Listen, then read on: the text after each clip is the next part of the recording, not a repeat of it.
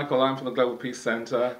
I am the facilitator and founder of this centre, and we deal with global peace, which means I've been doing this for over 20 years. And most people don't understand what peace is. They think it is perhaps meditation, closing your eyes, reaching out. But peace is much more than that. Peace is a process of dealing with the change and the transformation that it goes on without you all the time. So it's a very difficult thing to talk about, but what do you feel is peace? How do you feel you can create peace in your life? What does peace mean to you? How can you facilitate peace around you? And what does this actually mean? I know that a friend of mine was out in a restaurant the other day, and this guy said to him, "What do you do?" And he said, I represent a Global Peace Centre in Australia. I'm a media producer and a Grammy Award. That's my friend Steve. And the guy said, well, what do you think peace is? And Steve was saying, I think it's the way I feel, it's the way I deal with the world. And the guy then confused him with abstract thoughts and philosophies regarding the nature of peace. Well, this guy happened to be a professor of philosophy. And Steve felt he was being sort of cross-examined. But in fact, I think everybody has their own way of looking at things, and often we talk in the square. We don't reach out, we don't feel what's going on around us. We're just stuck in our own sort of background and our own sort of way we've been brought up. Everything affects us from the past. We're not sort of drawn forward by the future. So I think our Peace Centre is looking to be drawn forward by the future and see what's going to happen to our future generations, and see what practical steps we can do to create peace.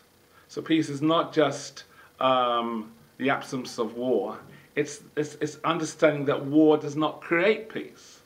The other thing about peace is that it's looking at the major players in the field that stop peace occurring.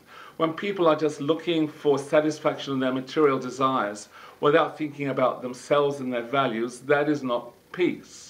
When people are put on pharmaceutical drugs, which are chemicals, and which only proceed to band-aid the problem rather than cure it, that is not peace.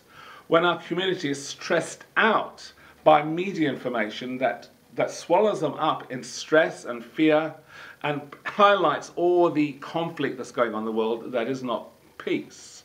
Similarly, peace is when we're not aware of what's going on, when we don't realize that there is a silent war, as Al Gore said in his book, a silent war between ourselves and nature, where nature, before our very eyes, even if we don't see it, is being imperceptibly destroyed by our very actions.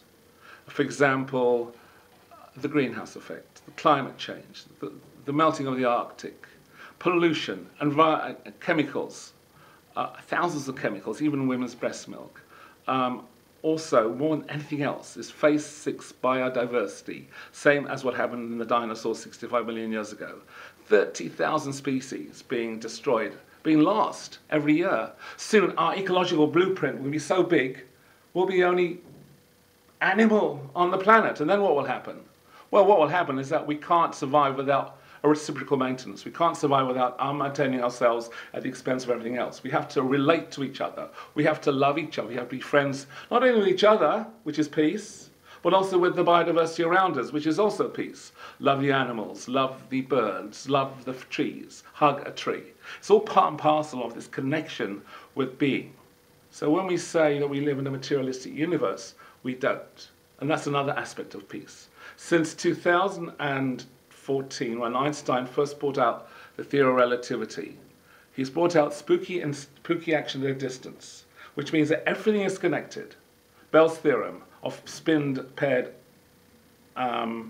electrons. No matter where one electron is, the other electron coming the other side of the universe. If one changes its spin, the other one will. We're all connected. Book by Dean Radin, Entangled Minds. We're all connected. People put in special screened cubicles where nothing can get out or get in because it's completely electromagnetically protected. When they feel something, their partner feels something. It doesn't matter where they are, they feel something. So we're connected in ways that we don't realize. So I mean, when somebody suffers in the other end of the world, we suffer.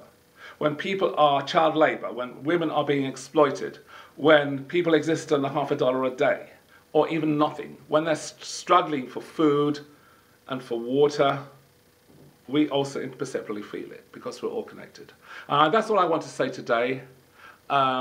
These are some ideas that I hope you can take home and perhaps join us with thinking about this and bringing out a prayer for peace and love and understanding that we have to take action. Governments never listen to people. It's the people that have to take action. Thank you.